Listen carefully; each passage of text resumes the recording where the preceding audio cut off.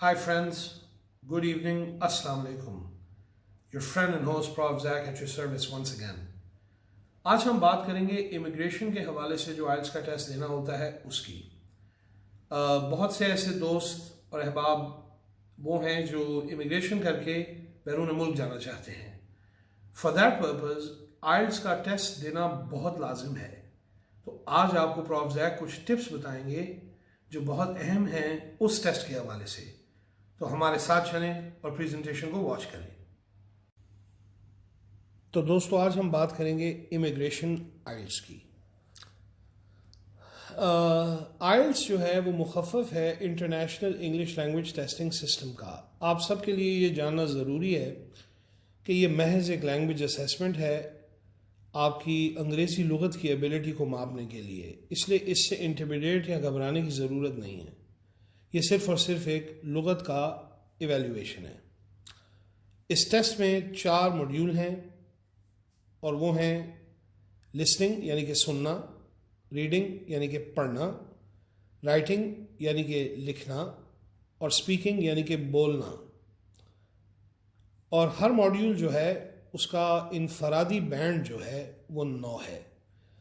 آئلٹس والے جو آپ کی گریڈنگ کرتے ہیں اسے سکور نہیں کہتے، مارکس نہیں کہتے، وہ اسے بینڈ کہتے ہیں. ہر موڈیول کا انفرادی بینڈ 9 ہے. جب ان چاروں کا ایوریج لیا جائے گا وہ آپ کا اوور آل بینڈ کہلائے گا 9 میں سے. اس طرح آپ کا بینڈ ڈٹرمن کیا جائے گا. ہمارے ملک میں یہ ٹیسٹ جو ہے وہ 2 ادارے کنڈکٹ کرواتے ہیں. ایک تو برٹش کاؤنسل ہے، دوسرا آسٹریلین ایجوکیشن آرگنائزیشن ہے. یہ یاد رکھیے گا کہ برٹش کاؤنسل والے خود اس ٹیسٹ کو بناتے نہیں ہیں. جو ٹیسٹ کا پیپر ہے وہ تیار کیا جاتا ہے انگلینڈ کی کیمبرج یونیورسٹی کی جانب سے. جس آرڈر میں یہ ٹیسٹ لیا جاتا ہے وہ ہے 2 دہائی سے یعنی کہ 2 ڈیکیڈ سے وہ چینج نہیں ہوا.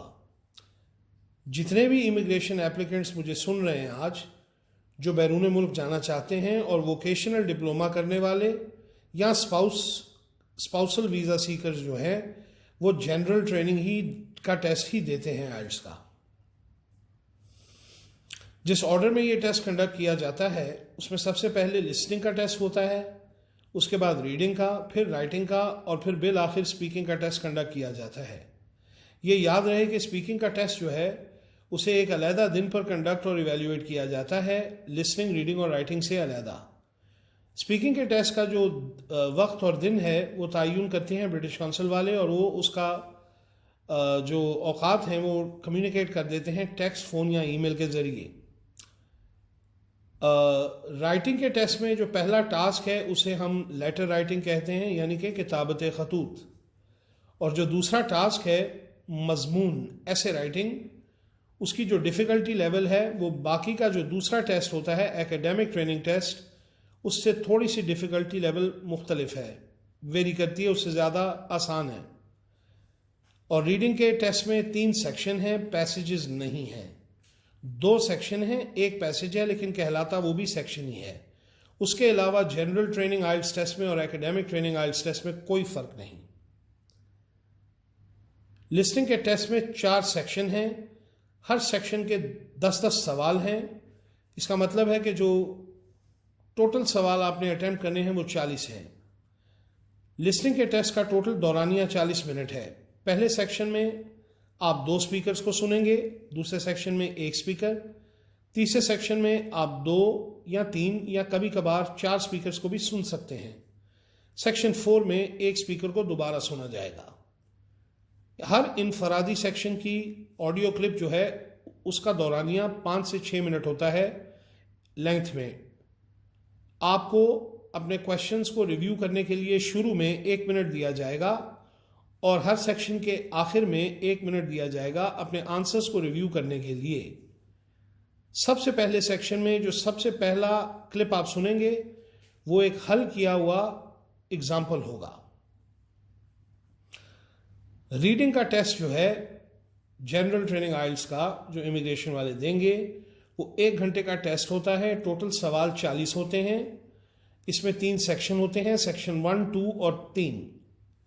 ہر سیکشن کے انفرادی طور پر 13 سوال ہیں۔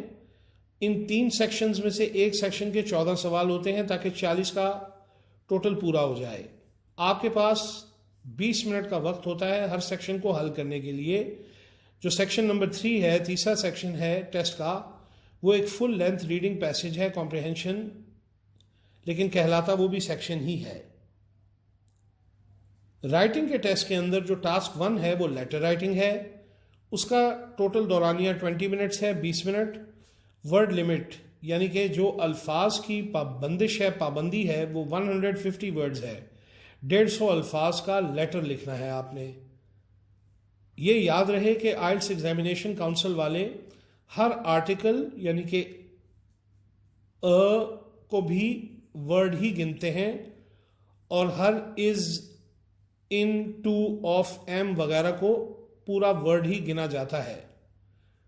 اب آپ نے یا تو فارمل لیٹر یا انفارمل لیٹر لکھنا ہوتا ہے۔